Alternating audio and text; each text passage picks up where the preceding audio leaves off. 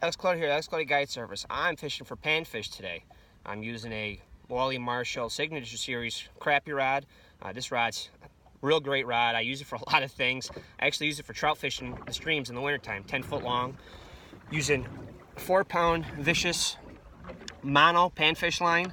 And when I'm crappie fishing, so one thing about crappies is they feed up. You can fish too deep. If you're fishing below them a lot of times, they won't go down to the bottom and pick things up usually.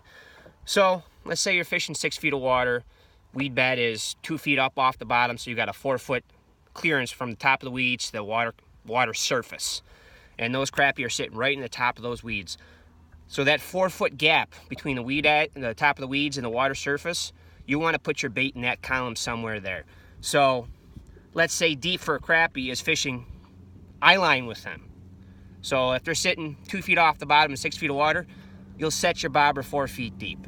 If that's not working, you raise it to 3 feet deep.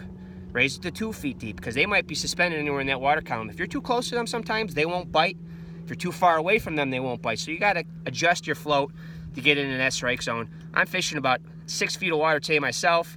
They're about 3.5 feet off the bottom, because that's about where the weed surface is. So I'm fishing, can't really tell in this camera, but I'm only fishing about 2.5 feet deep. They're coming up, they're slamming it. I'm using a small bobber and a small jig. You see I don't have any weight in between that. So what this does is allows them to suck that bait in real light, real easy. And if they swim up with it, instead of this bobber sitting straight up and down, it'll turn sideways because I don't have any extra weight in here. So a lot of the late strikes you get when they pick the bait up and come up towards the float, if that float lays sideways real quick, you got to bite, set the hook. Otherwise, if it goes down, obviously you've got to bite as well. But crappie fishing's real simple. You don't have to get too complex. You see a lot of these guys on TV trolling with all these crazy rigs and things like that. Not really around here in New York. Pretty much a bobber and a jig will do you fine all day long. And if you're doing it right, you don't even actually have to use bait. You don't have to tip it with a maggot. You don't have to tip it with a crawler. You don't have to use minnows. I usually don't ever buy bait when I'm fishing for crappie. Crappie are very similar to bass. When they're aggressive, they'll swallow it.